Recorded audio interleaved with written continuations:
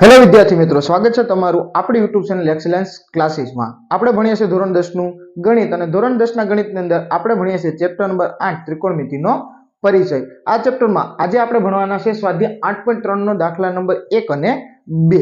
આનાથી આગળના 8.2 8.1 એ બંને સ્વાધ્યાયના દરેક દાખલાઓનો આપણે અભ્યાસ કરી ગયા અને એના સિવાય તમામ સૂત્રોનો પણ આપણે આગળ વિડિયો જોઈ ચૂક્યા છે। જો તે તમે ન જોયો હોય તો તમે પ્લેલિસ્ટમાં જઈ અને જોઈ શકો છો। ખાસ કરીને આ ચેપ્ટરના જે વ્યસ્તના આધારે સૂત્રો છે તે અને નિત્યસમ વાળો વિડિયો તમે ન જોયો હોય તો આ વિડિયો જોતા પહેલા એ વિડિયો ખાસ જોવો, કેમ કે એ વિડિયોના જે સૂત્રો છે એના આધારે જ અહીંયા આપણે આ દાખલા ગણી શકશું। તો ચાલો શરૂઆત કરીએ દાખલાની।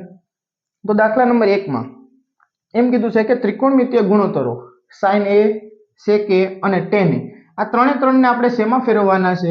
તો કે કોટના પદોમાં ફેરવવાના છે। એટલે કે આ ત્રણેયના જે જવાબ છે તે આપણે કોટમાં લાવવાના છે।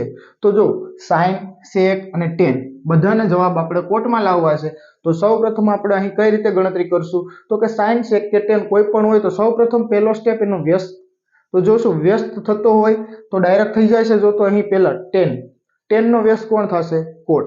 તો અહીં એક સ્ટેપ બધાથી ઈઝી રહેશે, અહીં આ એક થઈ જશે। પરંતુ અહીં sin અને sec માં તો સૌપ્રથમ આપણે એનો વ્યસ્ત જોવાનો, જો થાય તો ઠીક છે, અથવા તો આપણે નિત્યસમનો ઉપયોગ કરીશું। ચાલો તો અહીં આપણે જોઈએ તો સૌપ્રથમ પહેલું કે sin।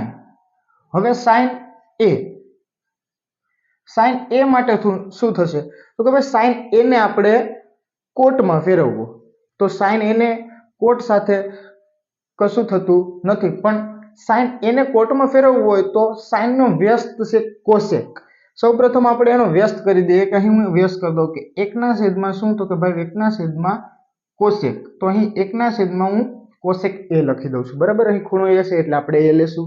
હવે કોટને અને cosecને કશો સંબંધ? તો કે હા, એ બંનેનું શું છે? તો કે નિત્યસમ છે।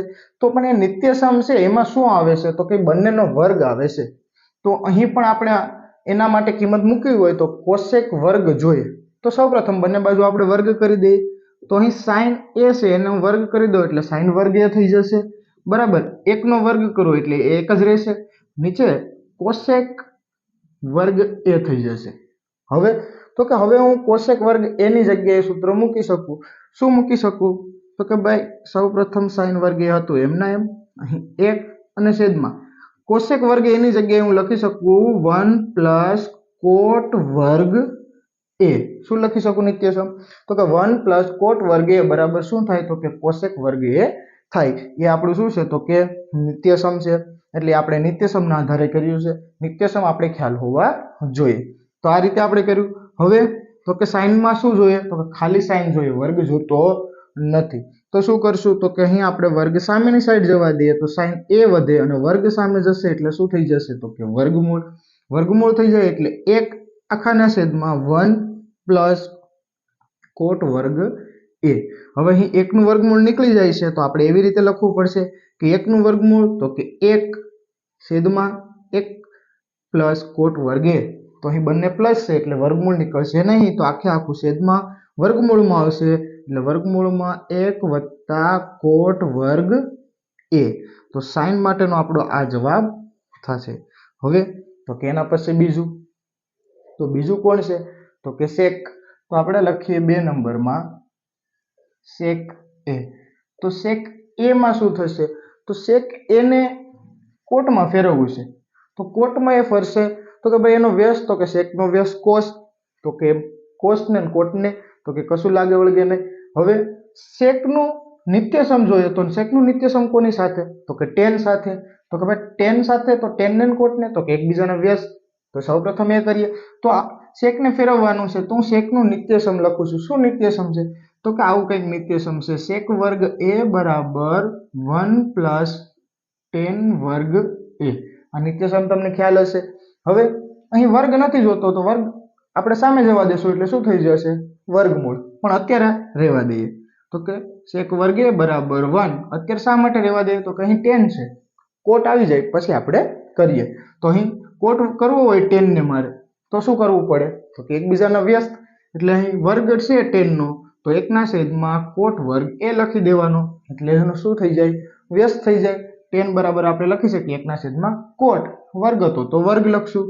હવે તો કે ભાઈ sec વર્ગ એ એમ ના એમ, અહીં છેદમાં કશું જ નથી તો શું કરી દઈએ, ચોકડી ગુણાકાર લસા લઈ લઈએ.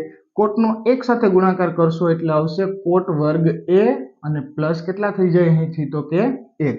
કોટનો એક સાથે ગુણાકાર એટલે કોટ વર્ગ a પ્લસ અહીંથી આ 1 અને આખાના છેદમાં કોણ આવી જશે તો કે કોટ વર્ગ a.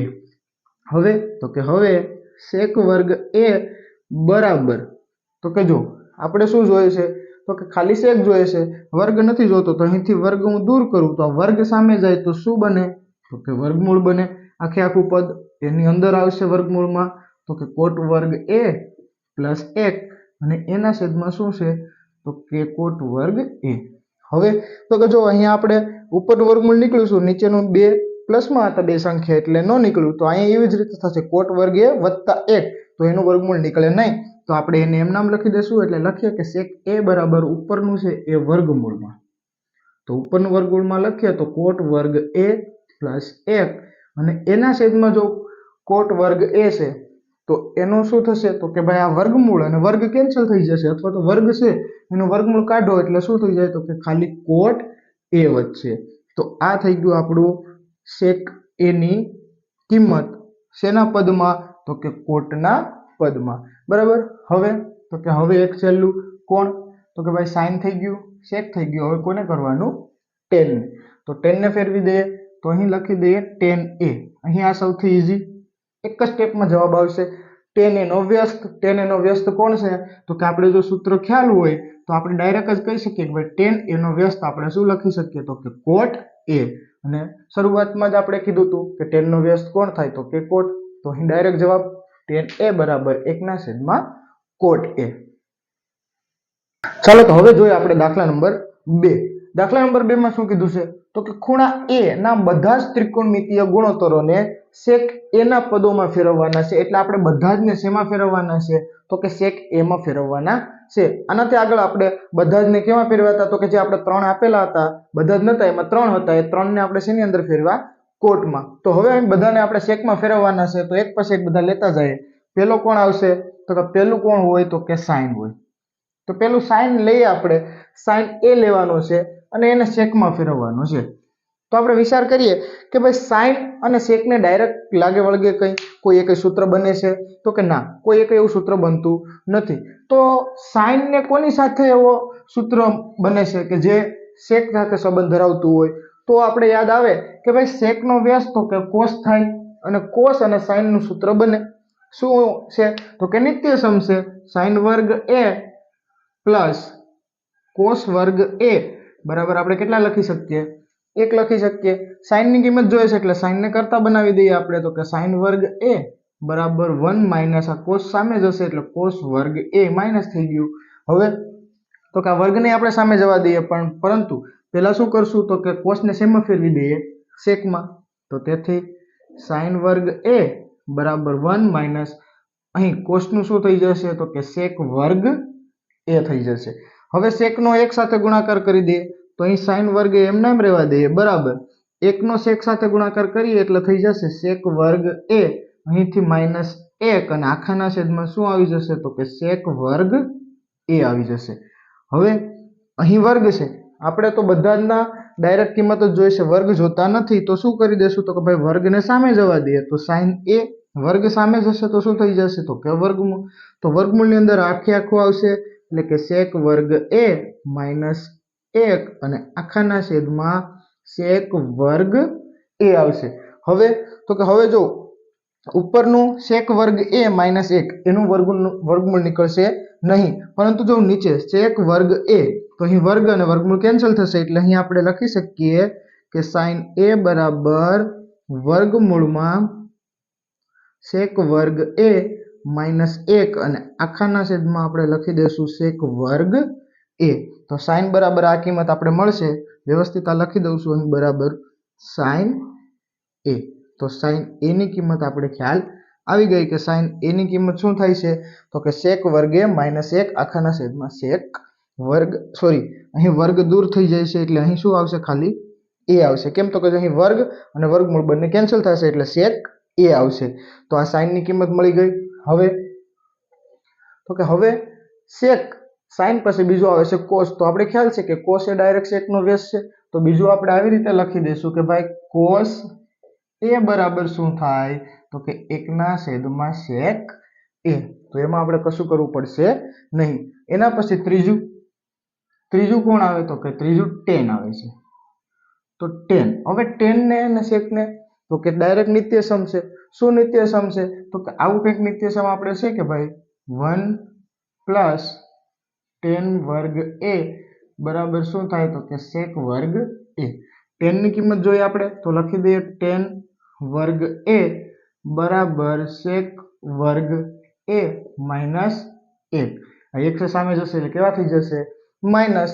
અહીં tan નો વર્ગ છે એ પણ સામે જવા દઈએ તો શું થાય તો કે ભાઈ tan a બરાબર મને મળશે આ sec વર્ગ a માઇનસ 1. એ આખે આખું શેમાં બનાવી જશે તો કે વર્ગમૂળમાં. તો અહીં આપણે tan નો જવાબ મળી ગયો. આને પણ આપણે બોક્સ કરી દઈએ, આપણો જવાબ છે. અને આ પણ આપણો જવાબ છે એટલે આને પણ આપણે અહીં બોક્સ કરી દઈએ. એના પછી ચોથા નંબરનું કોણ તો કે tan નો વ્યસ્ત આવે cot. તો cot a બરાબર તો કે અહીં આપણે ખ્યાલ છે કે cot માટે એનો વ્યસ્ત કોણ છે તો કે tan. તો tan a લખી દઈએ. હવે tan a શા માટે લખ્યું તો કે tan a ની કિંમત મારી પાસે છે પહેલાથી. તો cot a બરાબર મારી પાસે શું આવી જશે તો કે 1/, જે આપણે tan ની વેલ્યુ છે એ મૂકી દેશું એટલે કે sec વર્ગ a માઇનસ 1. તો cot નો પણ જવાબ આપણી પાસે આવી જશે. અહીં આ દાખલાઓ જે છે ગુણોત્તરમાં આપણે એકબીજાના ફેરવવાના હોય એમાં ખાસ આપણે નિત્યસમો અને વ્યસ્તના સૂત્રો આવડવા જોઈએ. આગળ હવે એક બાકી રહી છે. કોણ બાકી રહી છે તો કે cosec a. તો cosec a માટે આપણે શું કરી શકીએ તો કે cosec a કોનો વ્યસ્ત છે sin નો. તો હું લખી દઈશ ભાઈ 1/sin. 1/sin હું શા માટે કહું છું તો કે મારી પાસે પહેલેથી જ sin ની કિંમત છે. કઈ કિંમત છે તો આ sin a ની કિંમત જ આપણે ડાયરેક્ટ લખી દઈએ. જે અહીં છે તે જ લખશું કોની જગ્યાએ sin ની જગ્યાએ. તો આપણે અહીં લખી દઈએ કે ભાઈ cosec a બરાબર 1 અને એના છેદમાં શું છે તો કે વર્ગમૂળમાં છે. તો વર્ગમૂળમાં sec વર્ગ a માઇનસ 1 અને એનો છેદ છે sec a. એનો મતલબ sec a શું છે તો કે ભાઈ આ અંશ આ છેદ અને છેદનો પણ છેદ છે. તો આપણે એક વસ્તુ ખ્યાલ છે કે છેદનો છેદ હંમેશા ક્યાં જાય તો કે અંશમાં જાય અને અંશમાં જશે એટલે એક સાથે ગુણાકાર થાય.